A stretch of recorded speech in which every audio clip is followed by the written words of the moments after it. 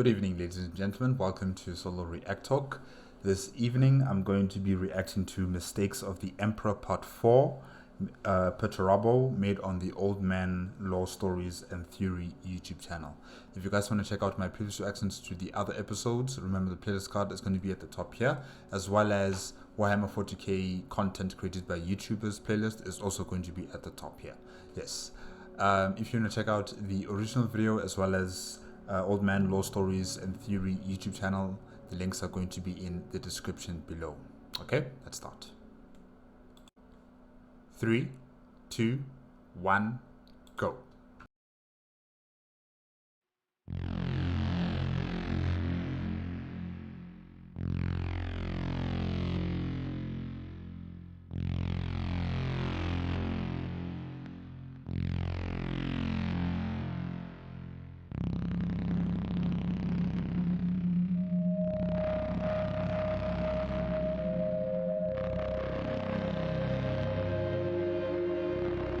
Tell them ruin has come to their world, death, despair, and red war.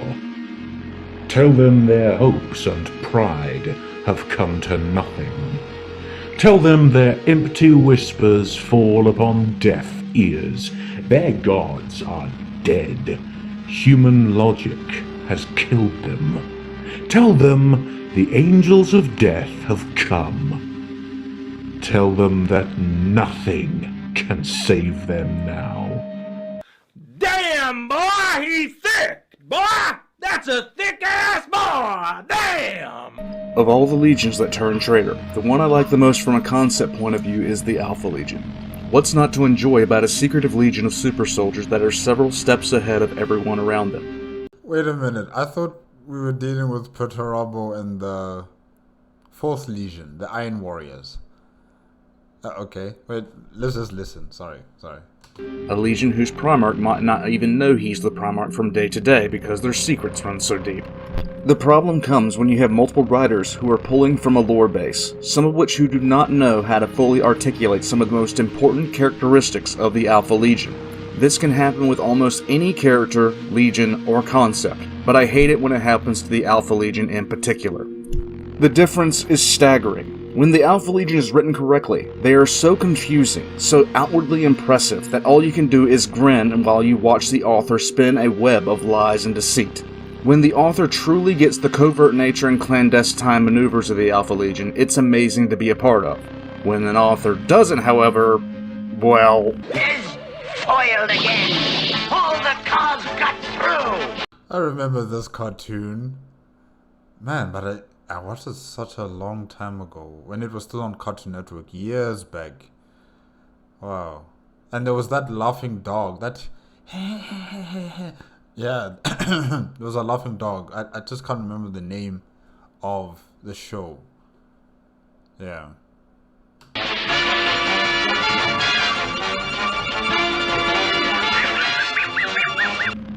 Perturabo, the Lord of Iron, the Primarch who decimated his legion on day one of having them, the Primarch who left nothing but ruins in his wake the like of which the World Eaters would be impressed by, the Primarch who burned paintings and destroyed statues, the Primarch whose advisors would use being spit on better treatment than what they would usually get. It's not the only character in history I've seen put in the hands of the wrong writer, nor... Sorry, old man. I just wanted to ask about, these depictions of Perturabo having pipes or cables coming out of his skull. It kind of looks like he has the butcher's nails, like Angron. But I'm just wondering, what are they exactly? Like, why does he have so many pipes all around his face? Even Horus Lupercal towards the end, as he became an agent of chaos, he also had pipes coming in and out of his face. What is up with that? What is up with that? Why do they need all that stuff on their face? For what? Or the only one I've been worried about being put into the wrong hands. While I have no complaints about the majority of the Black Library selection, Perturabo is just one of those characters that it takes a certain kind of person to write about. A person who really understands the character. This is where I sit with the Lord of Iron, an extremely complex character who has only been properly represented a few times. One of my favorite novel series before I discovered 40k was Dragonlance, particularly about an event called the War of the Lance in the setting. There was a singular character in this series of books without which I wouldn't have cared too much about them. His name was a play on the words Wasting Man, and he was called Rostalin.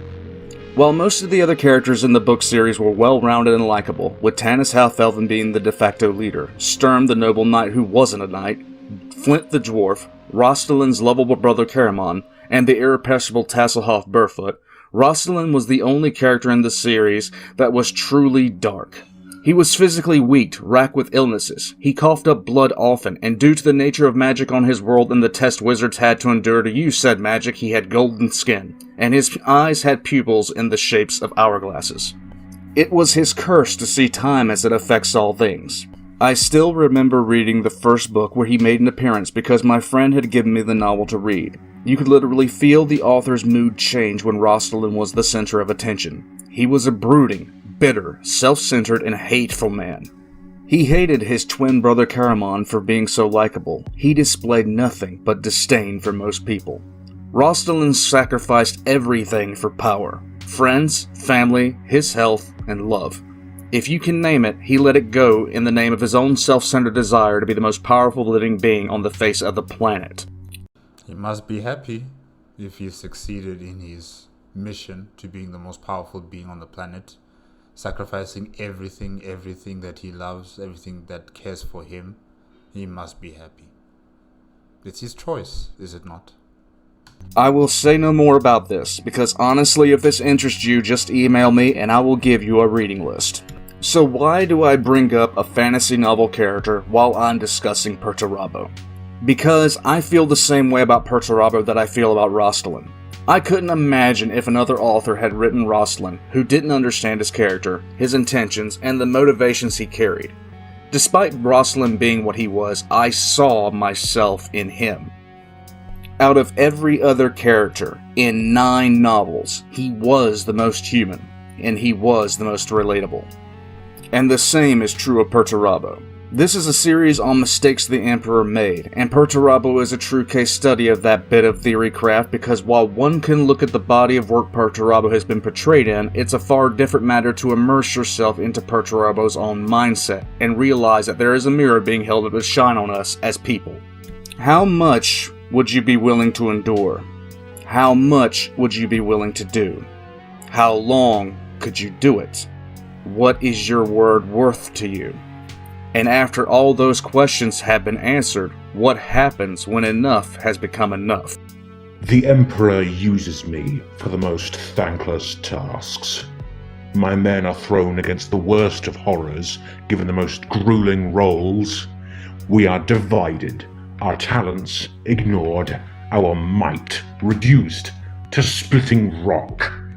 My father ignores me, my men go unsung. Our triumphs are unremembered.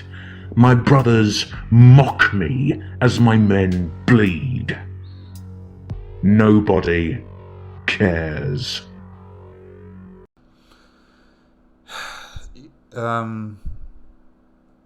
Yes, the Emperor should have recognized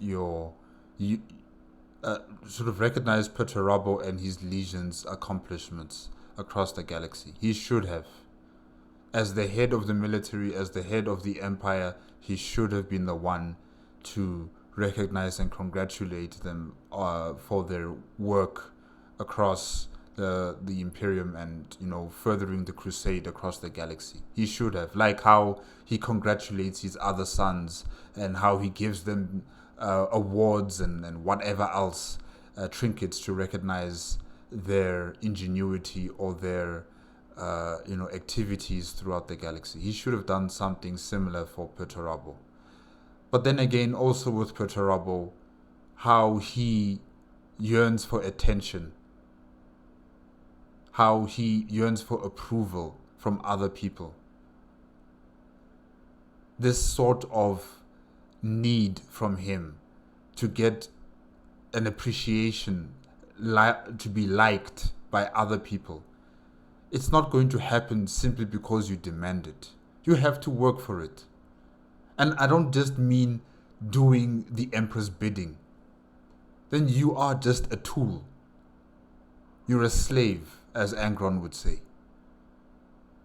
If you want people to see you as you need to come up towards them, talk to them, become a human, befriend them.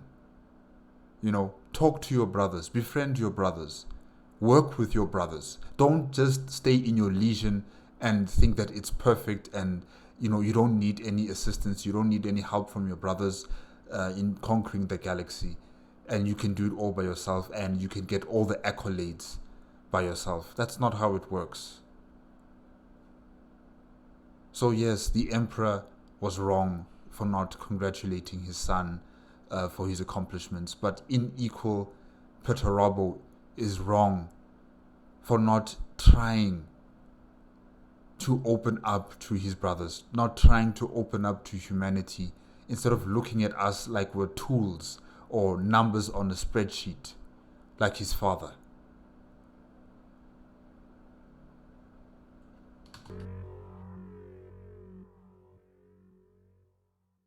Perturabo, after dealing with the Mommy of the Year, landed on the planet Olympia. Depending on how little your history teachers actually cared about the education you received, the parallels to ancient Greece should be obvious from the name alone. The planet was divided into various heavily fortified city-states, one of which was Lokos, and it was to this walled city that Perturabo eventually found himself bound. He was adopted by the self-styled tyrant of Lokos, and the fact that the man who adopted him called himself a tyrant should answer a few questions right out of the gate. His foster father, Damikos, spared absolutely no expense when it came to the tutoring of Perturabo. But as with all of his brothers, Perturabo seemed to have a very specific set of skills. Like Lorgar, who was exceptional at oration, and Korax, who could find a shadow on the sun. Hello, I am here too. Perturabo had a natural gift for understanding how things actually worked. The same way Korax could drift into a shadow and vanish even with skin so pale it was stunning, and the same way Gilliman could write a 500-page book on how to properly wipe your own ass to cover every single conceivable bathroom visit, Perturabo could understand engineering. Such was his natural affinity with engineering and craftsmanship that one of his first memories is forging a perfect sword. Granted, he had amnesia and forgot a few months of time where he might have had some practice, but still, it's impressive to say the least. Also, unlike many of his brothers, Perturabo seemed to have knowledge secreted away in his mind, knowledge that once he had the context to grasp it, it would be unlocked. Such was his knowledge that he could look at a piece of architecture, a weapon, or a design, and automatically be able to process not only knowing how something was made, but how to improve on it. It sounds like Ferris. Yeah, Ferris and Perturabo are quite similar in terms of their abilities of understanding technology and able to decipher it, break it down into its components or into its minerals that constitute its construction, and they're just able to understand how things work, how to create them, how to make their own version of it. Yeah, interesting. He alone out of his brothers seemed to have an innate understanding of ethics, and was able to almost instantly grasp philosophical concepts. In essence, he was already ahead of his brothers in these regards, but at the same time he expressed a certain dismay at the fact that a sense of wonder had been taken away. The first time something of this nature is displayed in the lore, it insults the men who are taking Perturabo to Lokos, because they think that the walls of their city are impressive. To almost anyone else they might have looked at them in awe because of the scale of the walls. Perturabo simply told them, nothing lasts forever. You're an get the out of here. Perturabo's first walk in the city of Lokos also gives us greater insight into his mind and psyche. Any delight he would feel would be suddenly taken away because of the sudden burst of knowledge. There was no amazement at the grand domes and windows of the city, because before he could even express wonder at the construction, the mathematics, construction elements, and indeed everything about the materials themselves would flash into his mind. He felt jaded because of this, not knowing where this knowledge was coming from, while at the same time feeling robbed of the delight he had felt upon first seeing these things. The story of his first day in Locos gives us tremendous amounts of insight into the Primarch that would ultimately lead the Iron Warrior Space Marine Legion. Knowledge came to him almost unwanted, philosophies and principles as well. He identified a priest without knowing about religion in the first place, and outwardly showed that he disliked that priest. Apple has not fallen far from the tree with him too, it seems. No offense, but you are a stupid asshole. What's more, he seemed to possess a natural ability to read people, being able to tell that the Tyrant of Locos was going to use him as a weapon of war, and he could also tell that Damokos was lying, as the Tyrant said that there was always time for peace. Another very interesting thing happened when Perturabo was speaking with the Tyrant of Locos, notably when he continued to ask him if he would serve the Tyrant in peace. He was convinced that the Tyrant would only use him for war, and he did not like it. This shows us the true depths of the Primarch's interest. He was not someone who wanted war. Perturabo was a man who wanted peace. If he wanted peace, he would have walked away from this entire situation. Completely. If he knows that the Tyrant is not going to keep to his word, he should have left this place as soon as possible. Locos. He should have left this place. He should have went somewhere else in Olympia, claim a stake of land and start building your dream utopian civilization for your people. And I can assure you, people are going to flock to your city. If they actually see what you've been claiming or preaching that you've always been wanting to do, build this perfect utopia, I'm telling you, people are going to go there. They're going to go live in that city. You're going to have your own people. You're going to have your own civilization that is peaceful. But instead you stayed, knowing fully well that you're just being used as a tool by this man. What's clear in the lore that actually centers around Perturabo himself is that he was a man who was mostly interested in things, not people, actually devolving people into moving parts on a wheel. In interpersonal relationships, he was much like the lion, in that both Primarchs had a distinct problem with dealing with anything that could be viewed as an insult or a stain on them. But where the lion just quietly brooded, Perturabo actually showed his displeasure, sometimes in explosive ways, whereas members of the Lion's Legion were sent back to Caliban, their homeworld, as a punishment for doing something that in some way angered or made the lion question himself. Perturabo resorted to outright belittlement, and sometimes he would deliberately set up his sons to fail spectacularly. Fuck me! Shit! Bobby, yes. I'm looking for someone to take control of this disgusting, embarrassing mess. He doesn't give a fuck. He's dreaming. He's standing there pissing his pants looking for his tartar, caviar, white chocolate crap. And he's just running around like a toilet brush. Is anyone going to take control? While sometimes I defend the actions of the individual in question, this was simply Perturabo being a dick. Why Perturabo was like this can be explained in a lot of different ways, but the chief amongst them is the planet on which he was raised and his foster father in general. On Olympia, he was raised as the adopted son of the Tyrant of Locos, and from the outset he was used to do nothing else but to humiliate his father's enemies. With all of his ingrained knowledge, there was little to nothing tutors could actually teach him. And just like the Emperor would eventually do, he found himself denying claims that he was divine in nature. Olympia taught Perturabo 3 things. The first was that he was superior to everyone around him, but he hated having to prove it, resenting especially warfare as a mean to force compliance in the other city-states. The second was that it's not really paranoia if they're really out to get you. The third is that considering the attrition rate of siege warfare, generals generally don't give a shit about their underlings. One of the biggest red flags for the future of the Primarch, however, is even though he despised being used as he was being used, he continued to allow himself to be used anyway. Even though he didn't want to be used as a weapon of war, he served under Damokos willingly. Even though he could have easily replaced the Tyrant, he didn't. He doesn't even have to replace the Tyrant. He just had to walk away from this entire situation. From the moment he met this dictator, this Tyrant, he should have realized, okay, no, this is not for me. I can't stay here. I'm getting out. And no one's going to stop you. You are a Primarch. You could bulldoze everyone here. You could overpower them. What could they have done to you? Nothing. But instead you stayed. There wouldn't be many who would tell Perturabo on Olympia that he couldn't do something, because he had an amazing track record of proving them wrong. Even though all Perturabo seemed to want to do was design and build the trappings of peace, all he was actually building were the weapons of war. This went on for quite a long time, with Perturabo simply accepting his role even though at any time he could have given the Tyrant of Lokos a forehead flick, declared himself the new tyrant, and there would have been almost nothing anyone could do to stop him. Perturabo had given the tyrant his word, and he did not break it.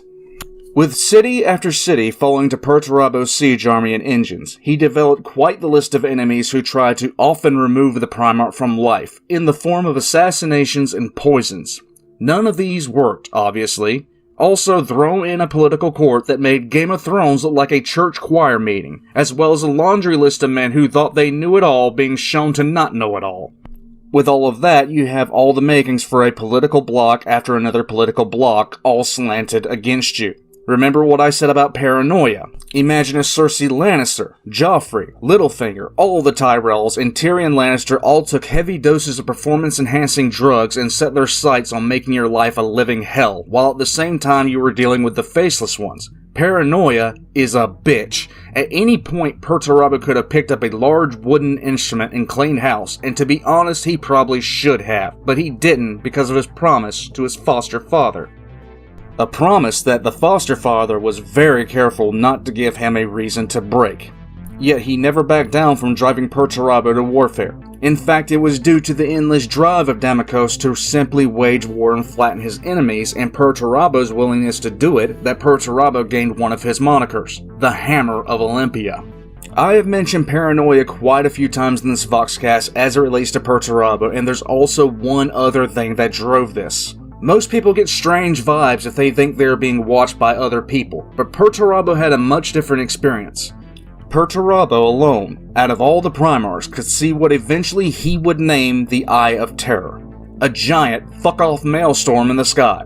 For some reason, he always felt like it was watching him, perhaps judging him. I do not think I need to state the obvious, but I will. He despised it. Just as people will often turn hostile if they feel like they are being watched or judged, Perturabo lived his entire known existence under the watch of the Eye of Terror. The Imperium is my father's folly. I try to believe in it because I want it to be true, just like I wanted my great buildings to be true, and the perfect societies that would use them to exist. But they cannot be. There is no such thing as perfection. Humanity is too chaotic to accept true order. By the time the Emperor came to Olympia, Perturabo had either conquered or coerced the rest of the city-states into a union under the Tyrant of Lokos. Frankly, at that point he was completely fed up with Damokos after a lifetime of being used. Shut the fuck up! When the Emperor told Perturabo of his dream of a utopian imperium, Perturabo was completely on board, and once again it's obvious that Perturabo fully intended to help his father create this utopia. He switched one tyrant for another tyrant, and both tyrants gave him pretty much the same sort of speech. He was given command of the 4th Legion within only a year of being reunified with his father, an extremely short amount of time comparatively with the rest of the legions. The Emperor named Perturabo the Lord of Iron. The Emperor saw that Perturabo was a perfect fit for his legion, as his legion already bore the military qualities that Perturabo's cold, logical approach matched. Because of Perturabo's natural ability to understand engineering and architecture, as well as his upbringing on Olympia, he was a natural to lead a legion that specialized in siege-style warfare. Olympia's terrain and natural features had led to military doctrines of powerful fortresses and control of choke points, and Perturabo had bathed in the blood of that world. Oh God! We're gonna die! Don't you understand? We're all gonna die! While all the Primarchs could easily blow away any human in the term to absorb new information and knowledge, Perturabo was perhaps the most gifted of all of them. He was cold to those around him, however, particularly due to his own nature, as well as the lessons he had learned on Olympia. This left him an outsider from the start. As the Emperor usually did on worlds where he found his sons, he made Perturabo ruler of Olympia. It should come as little surprise to anyone that the Tyrant of Locos spent the rest of his life trying to recruit a rebellion against Perturabo, a decision that would ultimately come back to haunt the entire Imperium. And I just want to discuss about, the Emperor, as usual. He doesn't really help his sons at all with whatever mental issues they might be having. When you think about Angron, when you think about Conrad Kurz, what they're going through. This is another situation here with Perturabo, where the Emperor can't even do it himself. He can't open up himself to his sons. He can't talk to his sons. He can't, have a one-on-one discussion with them in terms of feelings. Because this thing doesn't have feelings itself, the Emperor. Now, if the Emperor was really a responsible father, he would look into Perturabo's case. He would try to talk to his son, try to, unravel all of this indoctrination that he's been receiving from his homeworld of Olympia. Try to make him more open to talk to his other brothers. Because, yes, I think Perturabo is introverted in a way, but, at least if the Emperor is there to hold his hand and walk with him towards his other brothers and, have a discussion, have a conversation with your brothers. And then at least it would be bearable for him. It would be bearable for Perturabo. He would then be able to form connections with his brothers. But currently, Perturabo, he never tried to open up himself to his brothers.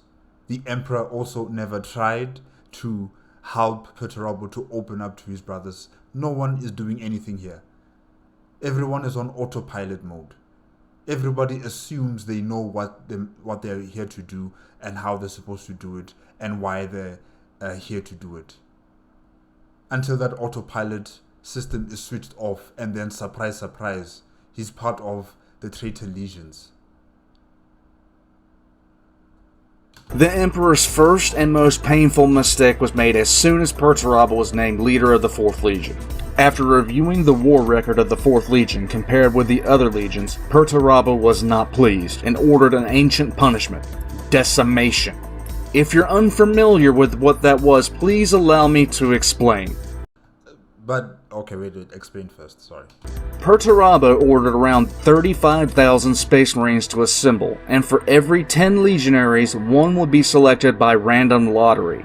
The other 9 would then beat the one to death with their bare hands. When others heard what was happening in the Force, some of the Primarchs almost lost their shit, namely Rabute Guilliman. Some members of the Imperial Court voiced opinions that the 4th was given to Perturabo too soon. Others outright called him a madman. The 4th's war record was not lacking, far from it. The 4th had already done a great deal of work in the Great Crusade, and was already known for being a military force that could be relied on to crack any fortress. However, it was also fresh off a disaster called the Liberation of Encaledon, where 29,000 Space Marines had died, in what was considered a humiliating victory. I was going to say that, the Emperor, in his mind, he didn't do a mistake. He sees them as tools. Why would he care how many tools his most prized tool kills off, replaces, and, makes the army better than before? Why would he care? Why would he take notice of that? Just like with all the other Primarchs that have also, or should I say, for example, with Logar, how he has also replaced many of the Terran-born, Astartes with his people from Colchis. it doesn't really matter to the Emperor. It's not a mistake. This is something that he probably expected from his sons to do, to replace so many of the Astartes within the legions and mold it into a vision that they would be accepting of, if I can say that, the Primarchs. That they would come into their house and remodel it the way they see fit and, use their legions the way they see fit. To the Emperor, it doesn't matter as long as the mission of crusading across the galaxy is complete. That's all that matters to him. He doesn't really matter about the managerial structure of the legions. That's not his prerogative. So it's not a mistake. This is intentional.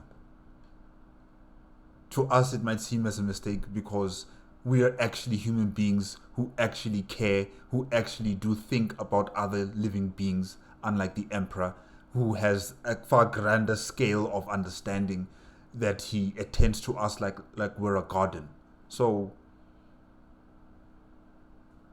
it was perhaps this battle alone that caused the decimation. Not only did the Emperor not step in and stop Perturabo before this could occur, he actually went out of his way to silence all criticism of Perturabo. This had both good and bad after effects, as Perturabo felt fully in control of his legion and their direction, but it drastically affected the future of the Fourth as a legion.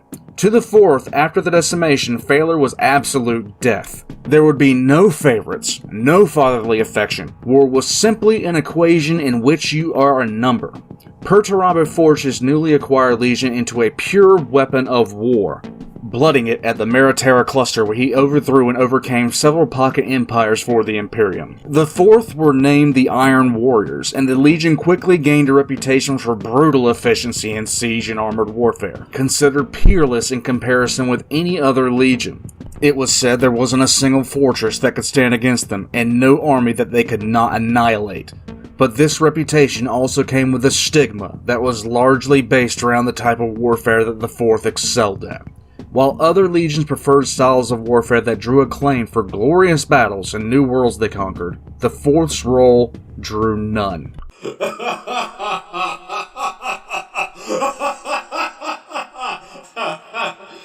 have a shovel. Archetypal Iron Warrior. Go take a trench, loser. I demand to be taken seriously! When iterators and remembrancers wished to document the Crusade, they wanted glorious stories of noble warriors, painted vistas of conquered but intact worlds, and the prized pictures and drawings of noble space marines in battle-worn but still glistening armor.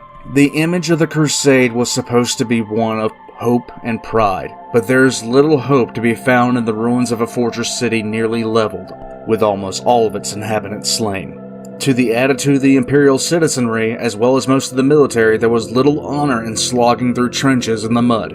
And most definitely, there was no glory to be found in losing Space Marines in numbers that any other legion would consider catastrophic in any other engagement. The Fourth bore a rate of attrition that most other legions would have been shaken to the core to even consider. This had a trickle-down series of issues that began to rear up in the forefront relatively quickly.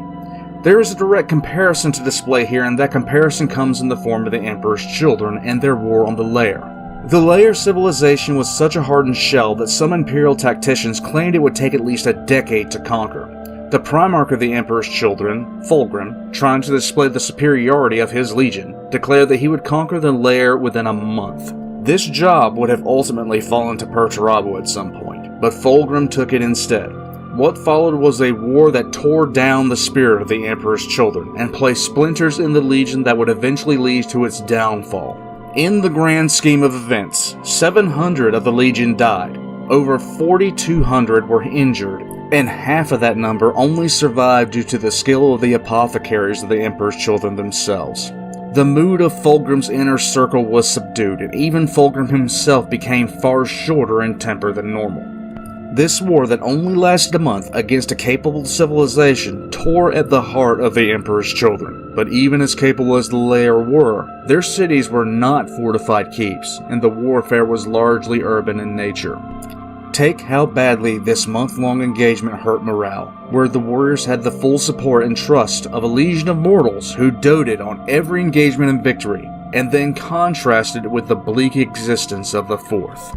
Also, my life is extremely going downhill because I'm getting acne and I'm getting fat and I'm balding right here. If you can't see the whole triangle, that is like a piece of hair. I'm balding. I'm turning ugly.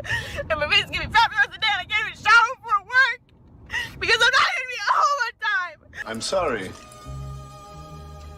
I don't remember any of it. For me, it was Tuesday.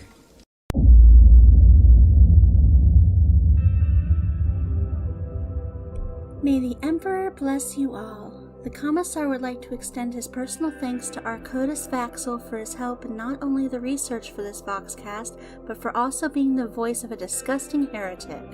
While the Commissar is getting a recap, allow me to take this time for a new segment I will call Healing with the Hospitaller, where I will go over general tips to make you a healthier cog in the wheel of our glorious Imperium. While the filthy orc uses his teeth as currency, you, my friend... Oh, hello. Alright. Which lowest common denominator shitboot is writing this? You see, I was trying to figure that out myself. I understand that you Imperials don't often care for quality control, but this is just plain disappointing. What's going on here? Oh, shit. I shall assume it isn't you that wrote this, Commissar, or else our prior discussion would seem to have been a total waste of my time. And I don't think I need to remind you of what happens to people who waste my time. Well, I always say time. First of all, that you found it fitting to veer off on a 4-minute tangent about a fictional character in some poxy fable is irksome to me. Orcism? At the very least, you could have spent less time on such a footnote, or placed it at the end of your script. Commissar, do you know this heavily armed giant? And I believe I made it clear in our last conversation that the arrangement to serve Darkos was specifically in exchange for his supply of knowledge. The way in which you recounted the events of that day makes the decision appear far less pragmatic than it actually was. It was a barter and a trade, not simply swearing fealty to him simply because he asked. I thought I had made this known to you, but apparently I've overestimated your capacity to pay attention. I have to remind him of his blood pressure. You would do well to course correct and vastly improve the writing quality of this Voxcast, or I shall personally extract all of the bones from your corpses and use them to construct a mosaic on the ceiling of my personal chambers. I mean, you could have just said, I'm going to kill you. That's it. Why must you explain further what you're going to do with the bones when the person is already dead? What's the point of that? Just say you're going to kill them. Hi. Sorry, you have strange friends. But more importantly, who in all this fetid waste of a galaxy is Arcodus Vaxel? Could you, honestly, not have found someone with more gravitas to act as my voice? Am I the Lord of Iron? The what? Alright, listen here, you fucking heretic. How dare you come into the middle of my part of the Voxcast bitching like anyone gives half a squig's ass about your opinion. You like math, Purdy Poo? How about you 1 boot plus 2 balls? What will that get you? Who are you again? Oh, boo-hoo. Daddy didn't look at my pretty pictures. Daddy never let me build a sandcastle on the beach. Magical idea here, Lord of Iron. Maybe instead of using valuable air to bitch, whine, and cry, how about you ask a question every once in a while? Excuse you? Did that I agree. thought ever cross half the wires in your damned head? You have enough of them. Maybe you should strap on some jumper cables and use them to boot up Brain 1 in your fucking skull. Okay. It's a damn shock to me that you can do spatial calculations in your head, but you can't figure out why your entire damned legion was looked at like what went into a test tube should have gone into a tissue and flushed down the toilet. Listen. No, shut the fuck up, I'm talking now. Wow. Oh, we have to dig trenches and our army units call us corp grinders. Oh, boo-hoo. Maybe sending thousands to die so you could find a ratling with a mortar and a pillbox on a hill might have something to do with that. If you could just... Master Strategist, my ass. Get a word in. No, you can't get a word in. Wow. That's your damned problem and the entire problem with your Legion and you. You felt shit on? Well, instead of running to your room and playing with your toys, maybe recommend a corpse change. Did you ever think of that, you big bald bastard? Or does the guy who spends hours doodling a bathhouse with measurements down to the picometer have really that much trouble drawing a conclusion? But no, you're just one giant jackass know-it-all. First day on the job, you get all pissy and have 1 out of every 10 men kill each other, and now your men all think you saved them from being needlessly sacrificed in the service of the Emperor. The apple doesn't fall far from the dumbass tree, now does it? I said that too. Hey! Sister Evelyn, please don't fry my guests. Let's not forget that you jumped ship and sided with fucking Horus, even though the shithead was the one giving you the insane orders that you followed. He sideways slam-fucked your Legion to the point where you all went from a bunch of bitter, genocidal, repressed assholes into dead, bitter, genocidal, repressed assholes. Sure, he has to come up for air at some point. And then, instead of telling him to fuck off after he drove you batshit insane, you go off and lick his asshole because he forgave you? What the fuck? He needed that attention, that's why, you know? He needed that approval. He needed that love. If he couldn't get it from his first father on Olympia, he would try to get it from his second father on Terra. If you can't get it from his second father, you'll get it from someone who's almost as equal to them, and that's his brother, Horus Lupercal. And then you get all mad because Daddy had you build a council room on Nakia. Poor Perturabo, the great Lord of Iron, the terrifying Hammer of Olympia, doesn't dare say he wants to build other things. He just stands there with his face all screwed up like some brat who can't get rat dust on their rations. Erda was a stupid bitch, but I can understand why she bounced past your ass into the warp rift. I can only imagine the shame of your Marines when they had to introduce you to people. Sanguinia, so charming. Gilliman, so noble. Perturabo, so fucking what? What? Get that shocked look off your thrice damned face, you insufferable bastard. Okay, that's it. Where's my flamer? It's time for me to make some bitch your kebab. Blood pressure. You fucking... Do it, sister, do it. Okay, I'm done here. Foldrim might enjoy being screamed at by a rabid weasel, but I do not. I regret ever having been involved in this, and I hope this project of yours fails. I'm leaving now, as I have more amphitheaters to build on Medringard. Not that any of you Philistines would know what an amphitheater is, but nonetheless. Screw this, screw you, and screw that corpse of an emperor, you absolute waste of space. Iron within, shitboots, and iron without.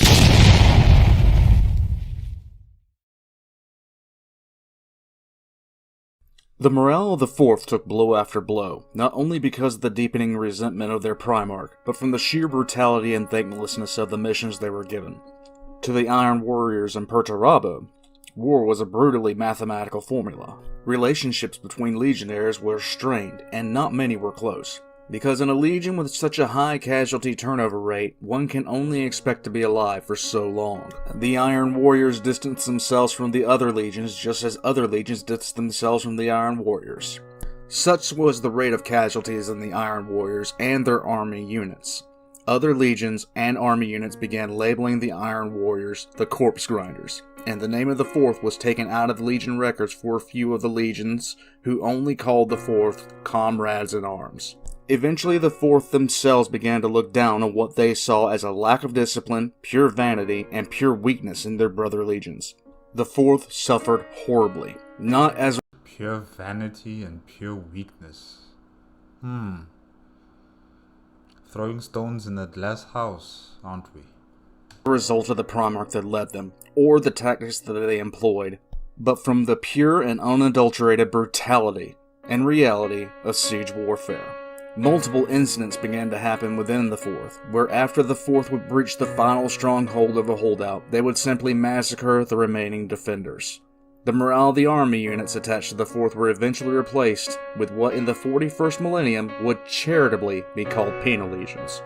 Typecast completely into cracking the absolute hardest shells and being placed on garrison duty became the norm for the Fourth. with the garrisoning units often being placed on hostile worlds and at times ridiculously outnumbered. In short, being in the 4th was perhaps the worst fate to have as a Space Marine in the Great Crusade.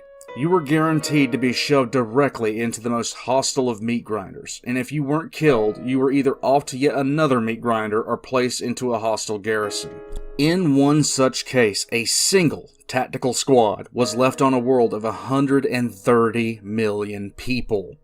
There would be no paintings of you, no noble stories to tell. You were either going to die face down in the mud, be physically shattered until you were more machine than Space Marine, or left on a planet that despised you.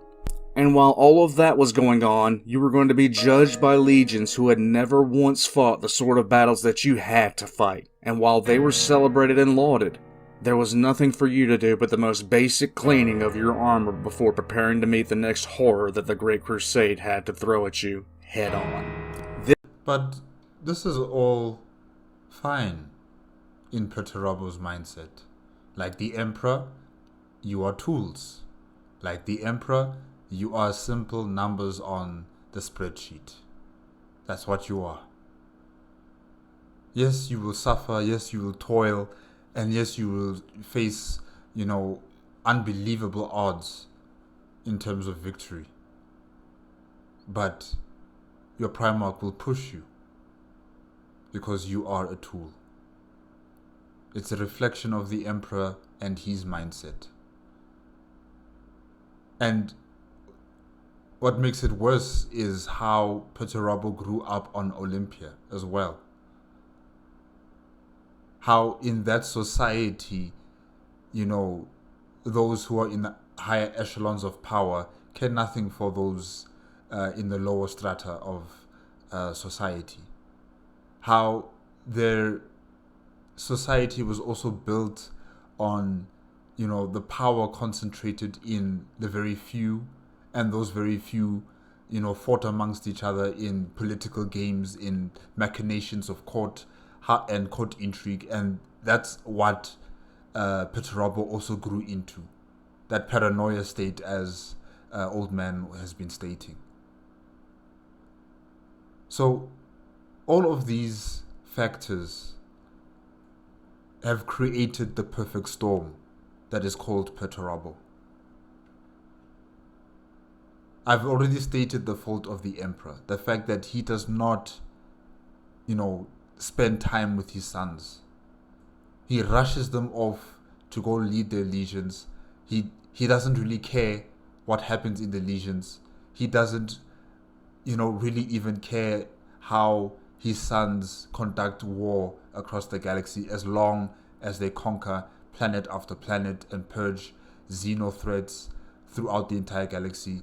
He'll be fine. That's the issue with the Emperor right there. And with Perturabo, his upbringing and the fact that the Emperor also does not help him, it compounds the situation even more when he has his legion. So it's just a perfect storm. A perfect storm that anyone in the 4th Legion is going to be battered day in, day out.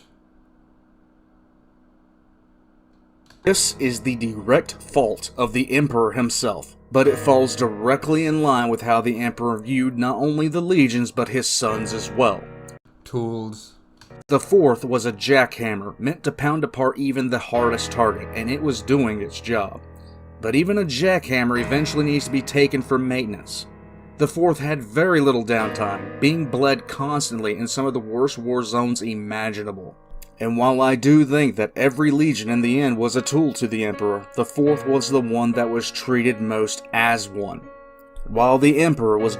Because the Primarch of that legion kept himself quiet. He expected people to come towards him. He expected the Emperor to come to him and ask him, "Are you okay? Are you fine? Well done for this job that you did here. Well done for that." He expected the Emperor to be coming to him and telling him all these things. He didn't shout out loud saying, "Hey, you are taking us, or should I say, you're taking my legion into, terrible situations, and they need to recuperate. They need time to rest. He never demanded anything like that. He just did everything that the emperor commanded him to do, hoping that it would impress the emperor, hoping that he would be recognized by the emperor, and he would not be the one to actually stand up and tell the emperor, hey, I'm here, I'm alive, I'm also your son, because that's what the other Primarchs do. They seek the attention of their father, but they actually go there. They go to his father and talk to him, But then with Perturabo, he's not doing any of that stuff. He's not trying to initiate that discussion with the father, with his father, the emperor. He just sits back and waits for it to come to him.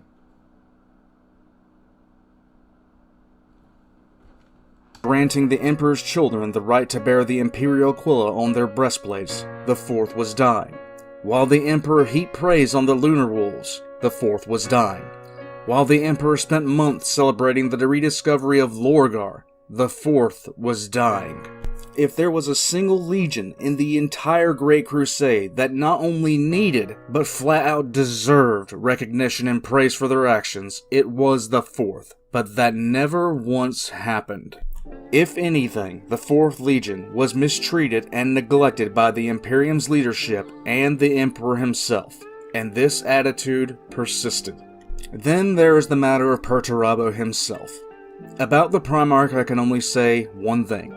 Imagine that you are in a job that you are the absolute best at, but it is a job that you loathe. You are bound by contract to do this job and you can't leave it. And because of your work ethic, you stay at it. Your coworkers are celebrated for doing tasks half as hard as yours, while your own hard work is looked down on as beneath contempt even to those same coworkers who wouldn't dare put themselves in the same position. Now imagine doing this job while others in your company are allowed to do what you love. A job that you would be better at doing than they are. Then imagine this goes on for over a century and a half. If you say you wouldn't be bitter to the point of curdling milk by staring at it, you are lying to yourself. Perturabo held onto his word past the breaking point. To him, his word meant everything. It's why he didn't kill Damokos and take over Olympia. It's what kept him in the Imperium for as long as he was. Perturabo never argued orders. He simply did as he was ordered to do. Other Primarchs would flatly refuse to have their troops stand in garrison duty. Not Perturabo. Perturabo gave his word he would see the Great Crusade through, that he would achieve the goals of the Emperor and create the utopian ideal that was the Imperium. I will not even get into the rivalry between Rogel Dorn and Perturabo because quite frankly that would be another 30-minute lore video all on its own, but it was severe. The two both favored siegecraft but had vastly differing means of approaching it. Of the two Primarchs, Rogel Dorn wouldn't accept the same casualties that Perturabo would unless it was necessary in the extreme. Perturabo was pragmatic in his approach to war, while Rogel the polar opposite, and this eventually led to an enmity between the two that would last well past the Horus Heresy. Perturabo and the Fourth were made of the hardest cast iron, but in the end, cast iron does not bend, it breaks. Perturabo's disposition right before the beginning of the Horus Heresy was nothing more than pure resentment. Libraries full of civil designs sat unused, books of engineering genius sat collecting dust, all the while the blood of the Fourth flowed in rivers that only got larger. Then, finally, during the middle of a war that even by the standards of the Iron Warriors was brutal, Perturabo was given word that his former home of Olympia had raised their flag in rebellion. For the first time in his life, Perturabo broke from orders. The Iron Warriors returned to Olympia, and only when the fires were lit to burn the stacks of bodies of the dead did Perturabo come to his senses. While the Iron Warriors had put citadels to the sword, they hadn't turned their bitterness and resentment onto the civilian population. On Olympia, Perturabo had allowed entire cities to be put to the sword, and Perturabo knew that he had done something unforgivable in the eyes of the Emperor. No, he hasn't. Many other sons have done something similar. You can think about the World Eaters of Angron. They've done... they've done something to the point it's very similar, but to many other planets. Conrad Kurz, he did that to Nostromo as well. He blew up his own planet because they reverted back to criminality. His perfect utopia was a lie and came crashing down. And he blew up his planet because he was embarrassed by what has happened to that planet. So, really, what you've done here is nothing new. It's nothing new. And the Emperor is not going to be angry with you. Why would he be? It's just one planet. We don't truly know if the Emperor would have forgiven Perturabo or not, but in Perturabo's eyes, the Emperor would never forgive the genocide of a planet. What is known is that... That just shows how much he doesn't know about his own father, the Emperor. He doesn't know anything. He thinks that his father's not going to forgive him for blowing up this planet. He doesn't know his father. And the father doesn't even have the time to give forgiveness to Perturabo for his actions on his homeworld of Olympia. He doesn't have the time for any of that. He's focused on his own mission, on his own projects. Doesn't really care about that. Unless someone actually comes up to the Emperor and tells him, there's something seriously going wrong with Perturabo. He is destroying multiple planets, not just one planet, multiple planets of human beings, like how Angron was doing with his world eaters. Then the Emperor would take notice, because his garden is now being killed off. Many of the flowers are being killed off, and he needs to find out what is killing them. He needs to attend to that situation. But if it's just one flower, please. Perturabo's guilt proved the final nick in the iron will of the Primarch. When Horus learned of the genocide on Olympia, he gave Perturabo something the Emperor hadn't. Praise. Praise and forgiveness. Attention. Although it would take a long time for him to cope with what he had done, Perturabo was now committed to Horus. And all that Horus had to do to gain the loyalty of Perturabo was to forgive him. For over 150 years, the Iron Warriors and Perturabo had been on the receiving end of the most horrific wars the Imperium had seen. In the end, it was their iron will that proved to be their downfall, because their commitment to following orders came from the same iron will as their father. Perturabo endured, not because he was being forced to, but because he had given the Emperor his word that he would do as ordered. Perturabo had given his father his word that he would be the Emperor's Lord of Iron, even if he died in the process.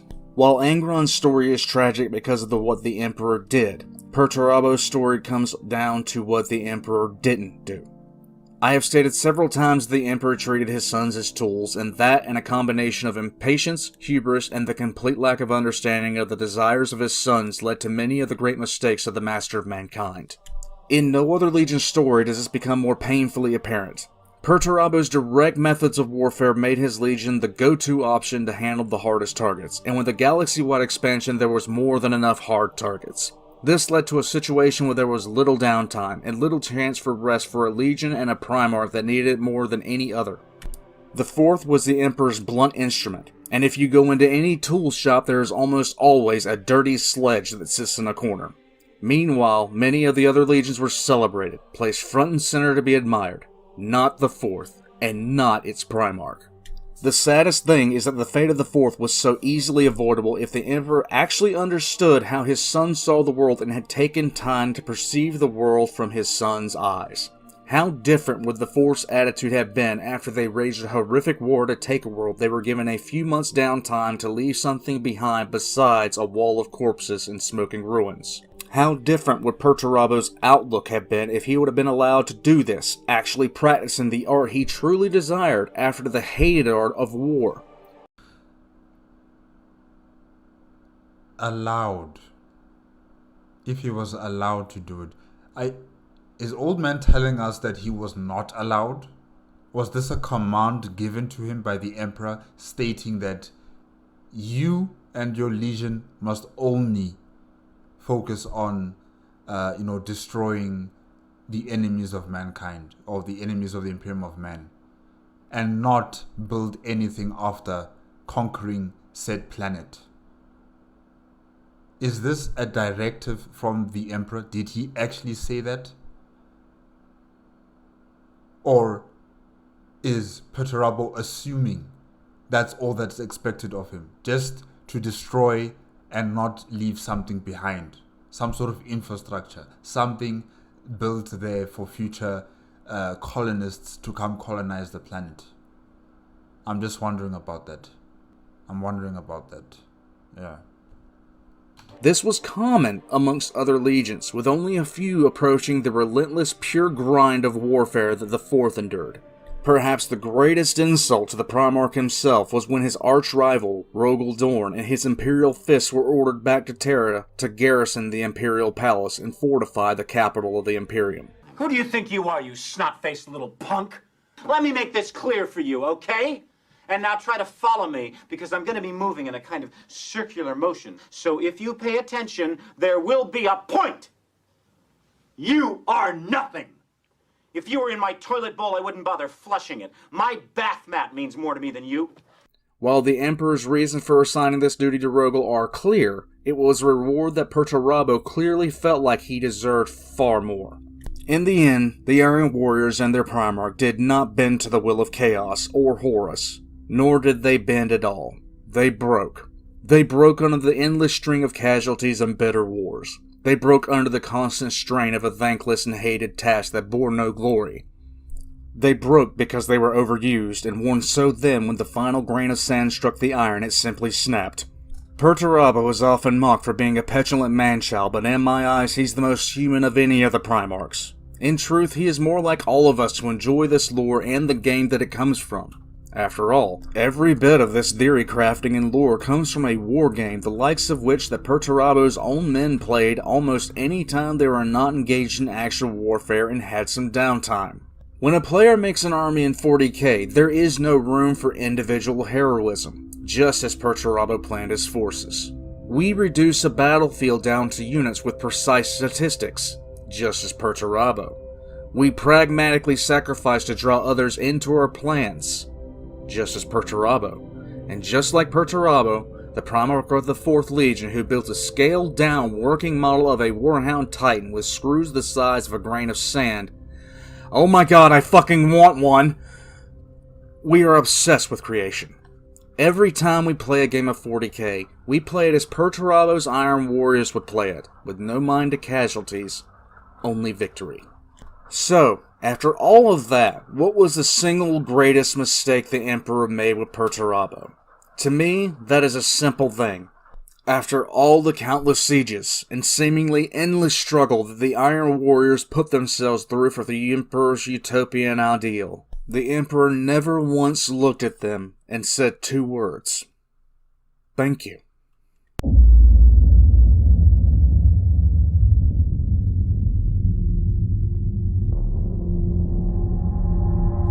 No! It cannot be! You! Is it true? Tell me it is not true! What you did, what is coming!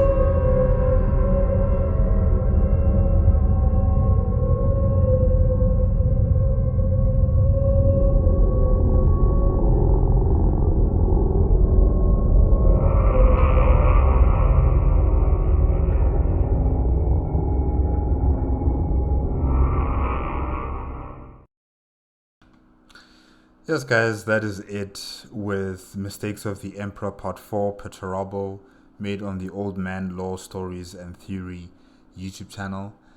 And, you know, in terms of the Perturabo storyline, you know, the mistakes, yes, the Emperor definitely, he made a lot of mistakes here with this particular son. But also Perturabo coming from the planet that he comes from and the type of, you know, demeanor he has as a person, it's also, I should say, partly his fault for not trying to be more human, if I can say that. I don't know. The choices he's made could have been avoided. He didn't have to push his legion to such lengths. He didn't have to use them as, or to see them as tools. He didn't have to, but he did. He expected a lot from them. He pushed them to their limit. And then somehow he believes in his mind that, someone is going to thank him for the deeds that the Fourth Legion has done across the galaxy. No one is going to praise you, Perturabo. No one is going to give you that praise. No one's going to recognize you. The only way people are going to be able to recognize you or to see you as someone of value is if you actually extend your hand out and say, hey, my name is Perturabo. What's your name? Let's start talking. Let's start having conversations. Let's start having a bit of friendship. And from there it grows into someone actually having value in you as a human being. But he never tried that. He just expects people to come to him and praise him and say that he is a genius and that he is a well-accomplished Primarch with his Fourth Legion. And the Emperor, like I've stated before, this person is not a father. He just sees his Primarchs as tools, and he's a man who's rushing on a due date for his projects, and he simply does not have the time to care for his sons or whatever they're going through. So it's no surprise with the inaction of the Emperor. It's no surprise at all. And like I stated before, the other Primarchs, they yearn for that affection and connection with their father. They actually go to him. They go to him. They visit him. They talk to him. Perturabo doesn't really do that. He is far away with his legion. He only receives commands from Terra telling him to go and invade this planet, go and invade that planet. And then he expects that his father will remember that, hey, I have another son called Perturabo. Let me go call him and say hello to him. Your father is not that type of person. He's not that type of person. He doesn't give a damn. You have to go to him and talk to him. And then he'll notice you and say, oh, this is Fulgrim here. What does Fulgrim want with me now? Oh, he wants an award. Okay, let me give him and his legion an award. But otherwise, he will not actually take the initiative to talk to you as his son. He would not go out there and seek you out and talk to you. No, he's already done enough by searching for you throughout the galaxy, and giving you your legion, and that's it. Go on your way. Your father is not a father, Perturabo. And you certainly weren't really a father to your legion either. You are so alike with the Emperor. It's kind of funny and also just sad.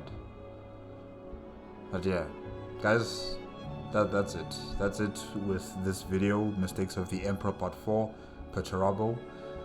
Thank you again to Old Man for compiling and presenting such good information on Perturabo, and entertaining information, especially very entertaining with the memes, and of course the sister talking to Perturabo. So yeah, it was really enjoyable. Guys, remember, if you want to check out the original video as well as Old Man Lore, Stories and Theory YouTube channel, the links are going to be in the description below. If you like my reaction, please give me a like, comment and subscribe to my channel. Click on the notification bell if you want to be up to date with my latest videos, and I'll see you guys next time. Okay?